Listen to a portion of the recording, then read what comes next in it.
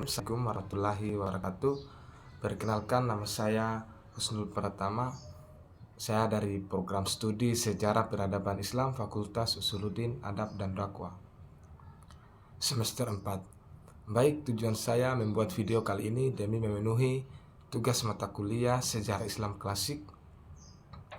Di pertemuan kali ini saya akan menjelaskan materi singkat tentang kemajuan atau kejayaan Daulah Abbasiyah dan kemunduran atau keruntuhan dinasti Abbasiyah.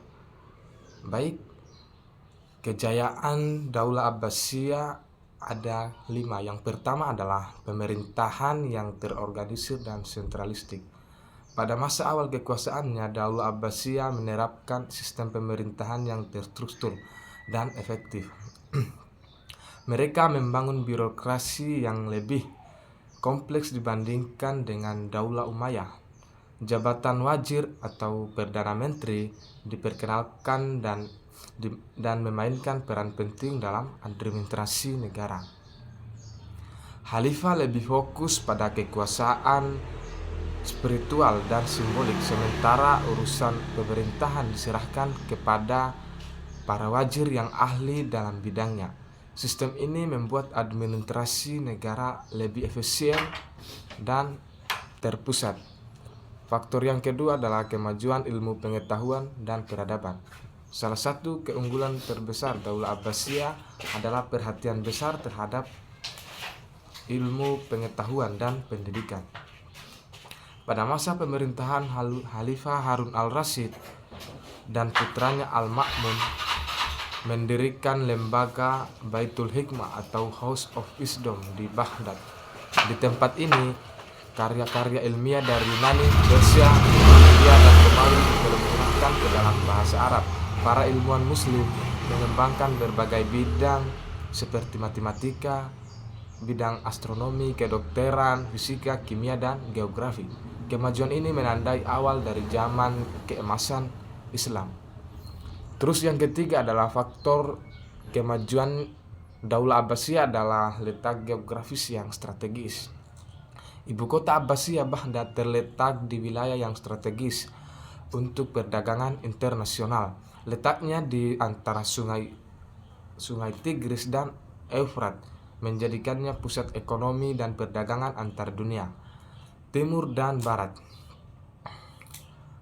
Barang-barang dari India seperti Cina, Afrika, dan Eropa itu masuk dan keluar melalui kota ini, membuat ekonomi Abbasiyah tumbuh pesat. Kemudian adalah faktor yang keempat adalah kebijakan toleransi dan multikulturalisme. Daulah Abbasiyah itu dikenal lebih terbuka dan toleran terhadap berbagai kelompok etnis dan agama. Banyak pejabat dan dalam pemerintah Abbasiyah berasal dari bangsa non-Arab, Persia, seperti Persia. Keanekaragaman budaya ini justru menjaga kebudayaan dan mempercepat kemajuan intelektual serta teknologi di dunia. Terus yang kelima adalah dukungan terhadap kesenian dan sastra. Selain ilmu pengetahuan, salah satu faktor kejayaan Daulah Abbasiyah adalah kesenian dan sastra. Juga itu berkembang pesat pada saat itu. Para penyair, penulis, dan seniman itu mendapatkan tempat terhormat di istana. Karya sastra seperti Alif La Ilaha Wala Ilah 1000 atau 1001 malam mencerminkan kekayaan budaya masa itu. Terus faktor kemunduran Daulah Abbasiyah ada 6.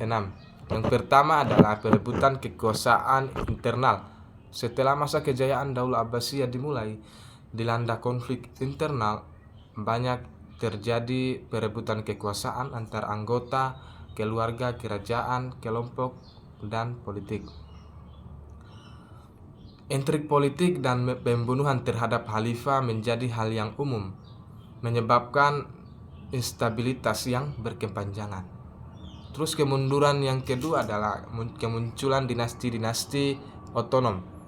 Sering melemahnya kekuasaan pusat. Muncul banyak dinasti lokal yang menyatakan otonomi atau